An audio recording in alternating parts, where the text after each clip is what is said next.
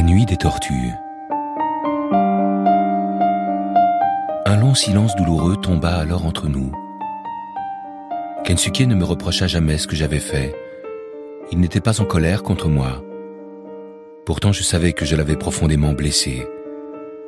Nous nous parlions toujours, mais ce n'était plus comme avant. Chacun de nous vivait isolé dans son cocon. Il ne me le dit jamais, mais je compris que dorénavant il préférait peindre seul, pêcher seul, rester seul. Ainsi, jour après jour, j'arpentais l'île avec Stella, espérant qu'à mon retour il m'aurait pardonné, mais il gardait toujours ses distances. Je souffrais de cette amitié perdue. Un soir, nous venions de nous coucher quand Tomodachi vint à l'entrée de la caverne et resta tapie là. Elle l'avait déjà fait une fois ou deux peu de temps auparavant. Elle restait quelques minutes, jetait un coup d'œil à l'intérieur pour nous voir, puis s'en allait. Kensuke parla à haute voix dans le noir.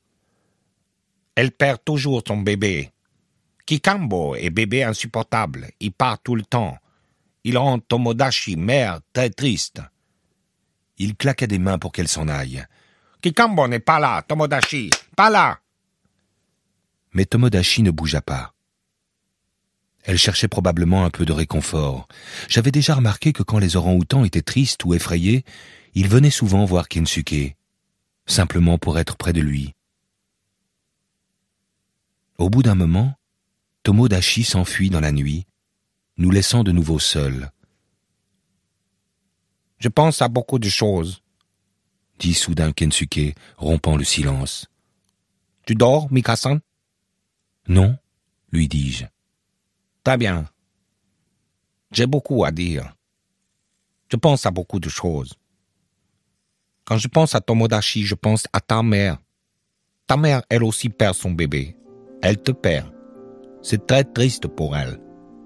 Peut-être elle cherche et ne te trouve pas. Elle pense que tu es mort pour toujours. Mais elle te voit dans sa tête. Tu es toujours là. Je sais, j'ai un fils aussi. J'ai Michia, lui toujours dans ma tête, comme Kimi. Ils sont morts, c'est sûr, mais toujours dans ma tête, pour toujours. Je te dis toutes mes pensées, Mika-san. C'est mieux. Ainsi. Je reste dans cette île parce que je ne veux pas rentrer au Japon. Les choses sont différentes pour toi. Tu veux traverser la mer et rentrer chez toi. Et c'est bien, bonne chose pour toi. Mais pas pour moi. Pour moi, très triste. Je vis beaucoup d'années seul ici. Moi, heureux ici. Et puis toi, venu aussi. Je te déteste au début quand tu viens.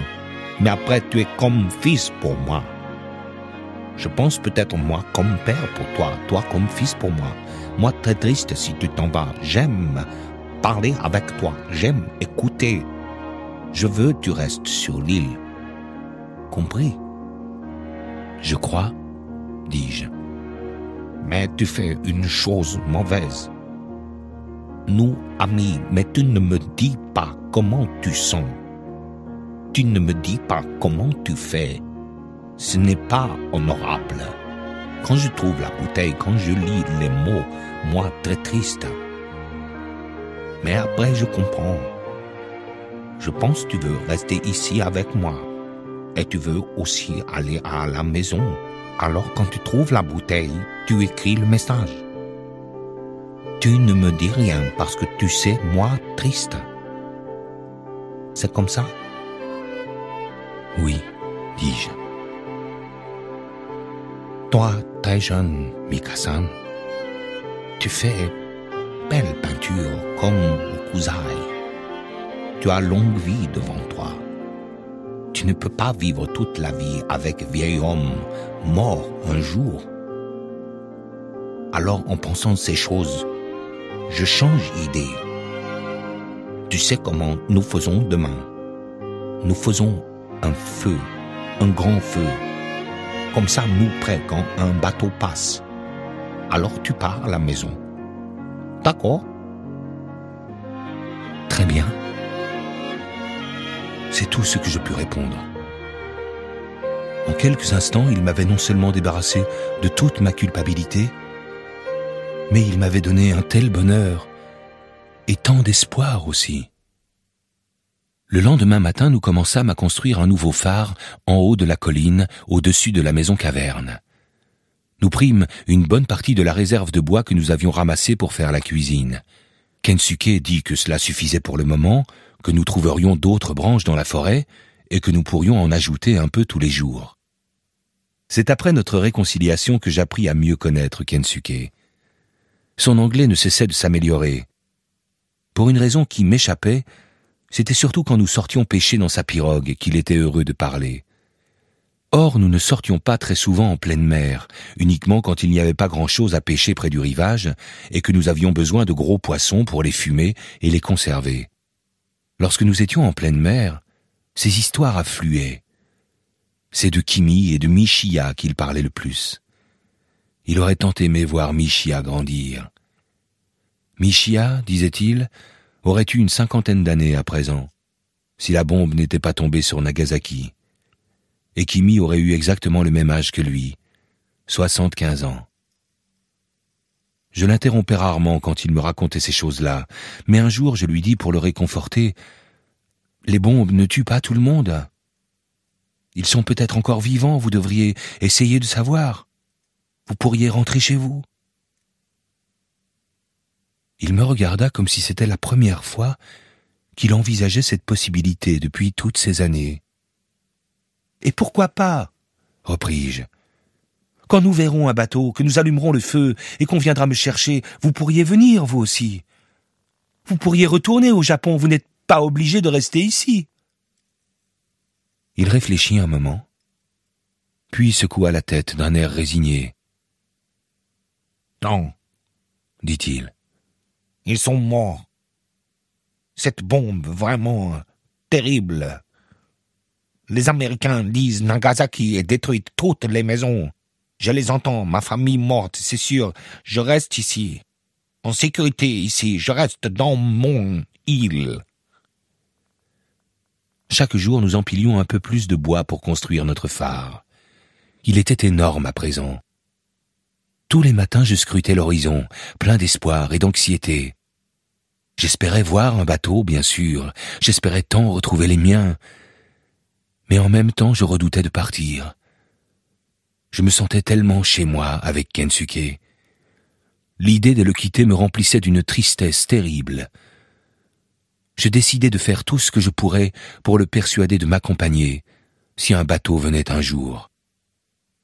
À la moindre occasion à présent, je lui parlais du monde extérieur, et plus je lui en parlais, plus il semblait intéressé. Bien sûr, je n'évoquais jamais les guerres, les famines, les catastrophes.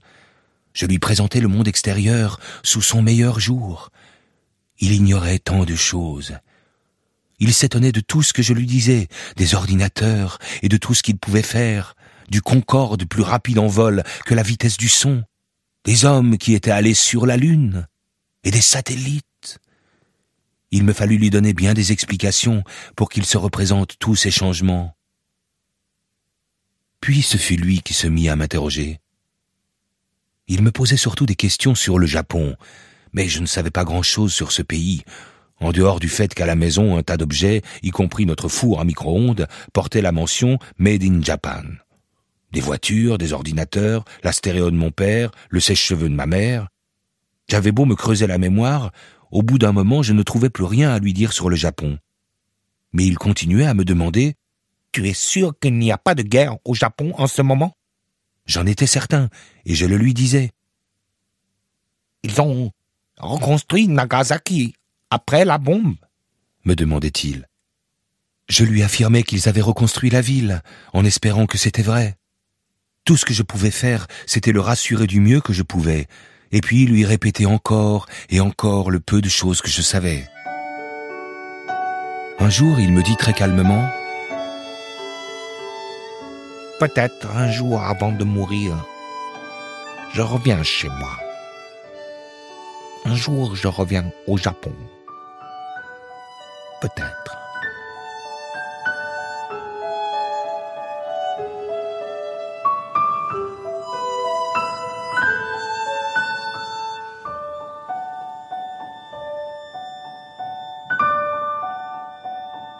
Je n'étais pas sûr qu'il ait été vraiment convaincu de ce qu'il disait.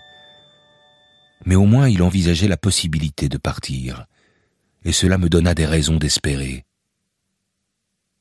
Ce fut à partir de la nuit des tortues, cependant, que je commençai à croire qu'il envisageait sérieusement de quitter l'île. Je dormais profondément quand il me réveilla. « Tu viens, Mikasan, vite, tu viens !» me dit-il. Je courus derrière lui à la clarté de la lune et le rejoignis à mi-chemin vers la mer. « Qu'est-ce qui se passe ?»« Tu vois bientôt, très bientôt. » Stella me suivait de très près tandis que nous avancions sur la plage. Je regardais autour de moi, je ne voyais pas ce qui se passait. Lorsque soudain, Kensuke tomba à genoux dans le sable.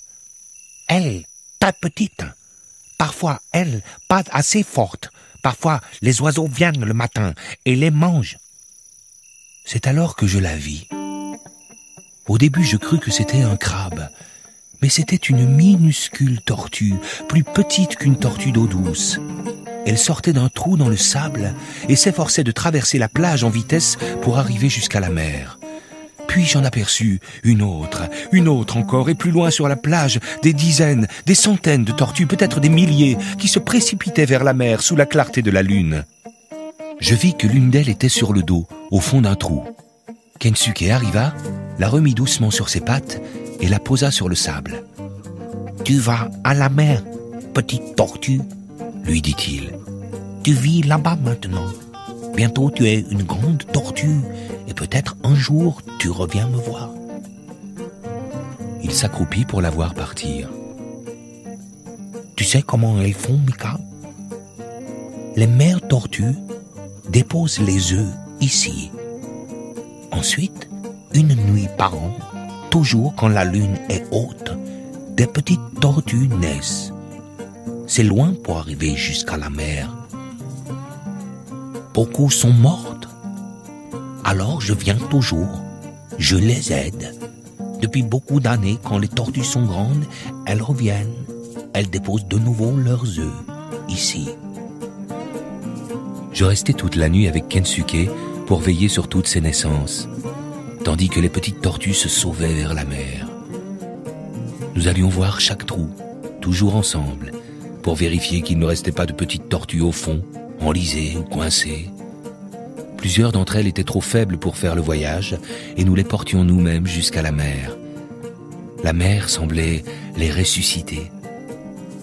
Quand vint l'aube et que les oiseaux approchèrent pour fondre sur elles, nous étions là pour les chasser. Stella les poursuivait et aboyait après eux, tandis que nous courions vers eux en criant, en faisant de grands gestes et en leur jetant des pierres. Vers midi, tout était fini. Kensuke passa son bras autour de mes épaules.